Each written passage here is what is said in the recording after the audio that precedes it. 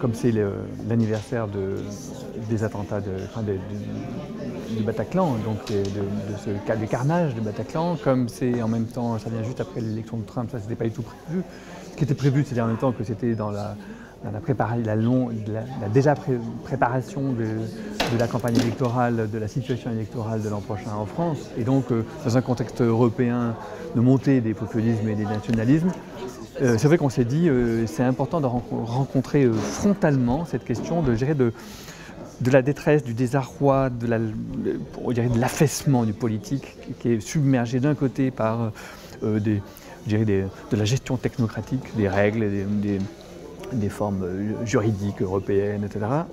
qui ne sont plus politiques, qui sont vraiment de la gestion, ou de la technocratie, ou de la technique, ou de l'expertise. Et puis de l'autre côté, la manipulation ou l'explosion de sentiments, de peur, de besoins identitaires, de besoins de sécurité, de choses comme ça, et qui sont, les deux, ensemble, écrasent le politique.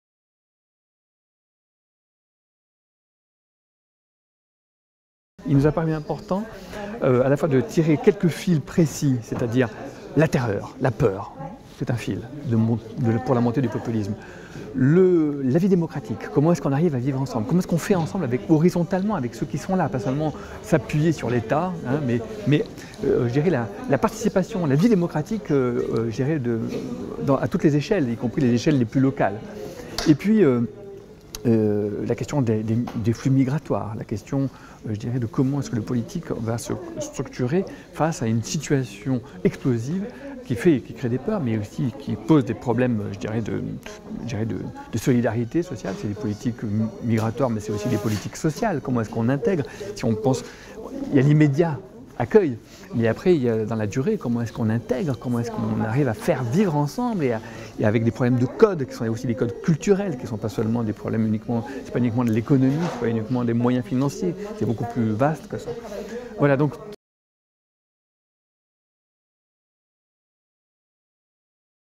c'était toutes ces questions que nous avons voulu poser avec aussi un angle théologique, c'est-à-dire en quoi la tradition de pensée protestante, qui en même temps, dans plusieurs contextes historiques, a cherché à penser à la résistance au totalitarisme, hein, mais aussi penser de l'intérieur les orientations positives du politique, le crédit au fait que le politique c'est bien, le vivre ensemble demande à être institué, et c'est les institutions du politique, les institutions du vivre ensemble, c'est bon, c'est quelque chose qui est bon, qui a été rappelé par un des théologiens qui était là tout à l'heure. Donc cette double approche à la fois de l'extérieur, une résistance aux abus du politique, aux passions du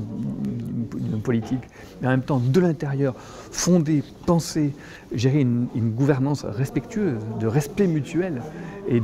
j'ai aussi en même temps qui pense le long terme, qui pense parce que la démocratie aujourd'hui est très menacée par un court-termisme très lié à une opinion ultra sensible, ultra rapide, etc. Donc tout cela, nous avons besoin de le penser ensemble, et la théologie ouvre un espace de réflexion plus ample que, je dirais, voilà, les débats je dirais un peu bateaux dans lesquels on est en général, je dirais, auxquels on est ramené en général.